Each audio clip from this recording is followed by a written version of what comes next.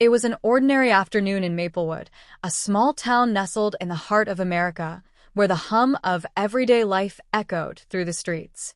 The local grocery store was bustling with shoppers, all of them lost in their own routines, choosing produce, pushing carts, and occasionally greeting a neighbor. Malik, a young man in his mid-20s, wandered the aisles.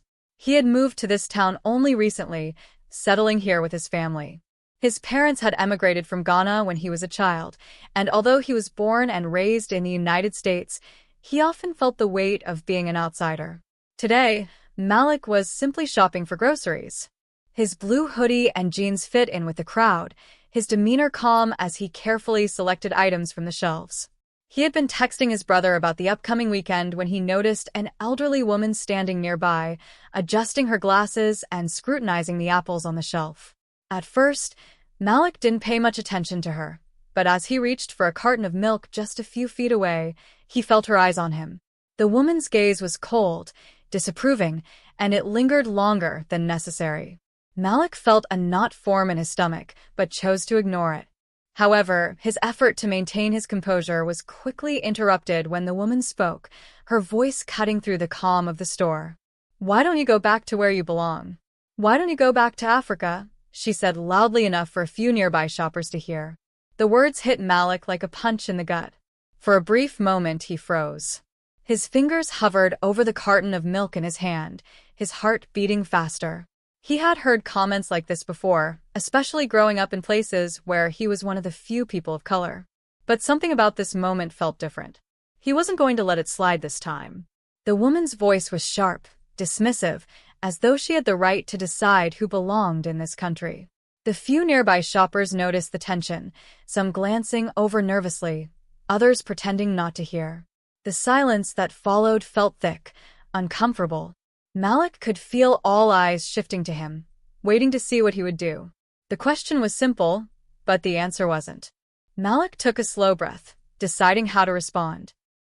Malik stood still for a moment, letting the silence stretch. His mind raced, but his outward composure remained steady. The elderly woman, still holding a bag of apples, stood her ground, her chin lifted defiantly. She expected no response, but Malik wasn't like the others she had encountered. He didn't flinch. He didn't walk away. Instead, he turned toward her, his voice calm, but carrying an undeniable strength. "Ma'am," he began, his tone measured, "do you even realize what you just said?" His question wasn't accusatory, though there was a hint of challenge. He was giving her a chance to think about her words, to reconsider. The woman's expression didn't soften.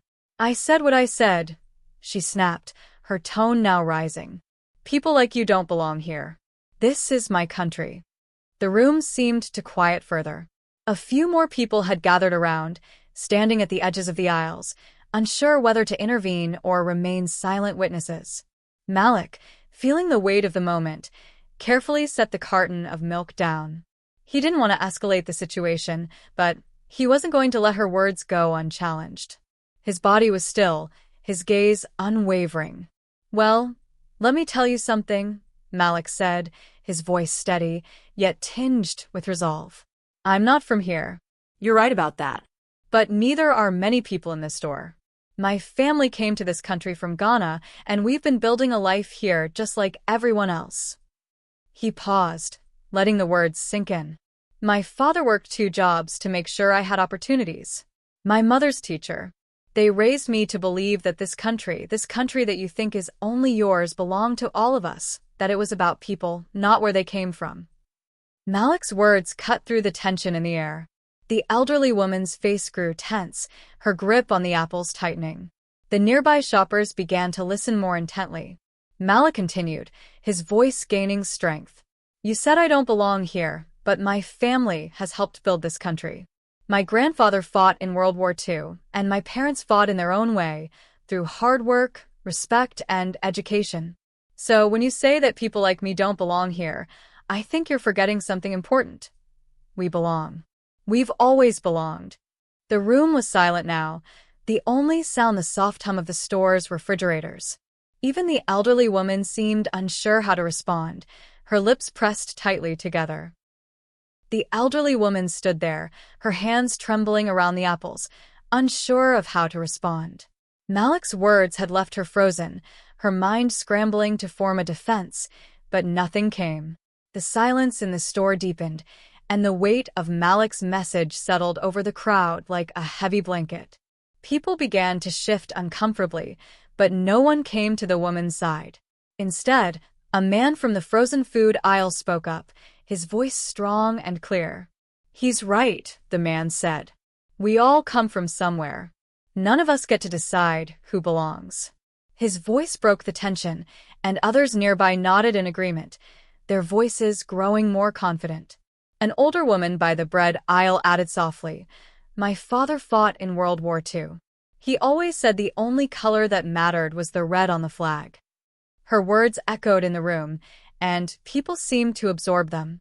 The elderly woman's face reddened, and she glanced around, hoping for support, but found none. Malik remained calm, his posture still unshaken. "I could have walked away," he said, his voice quiet but firm.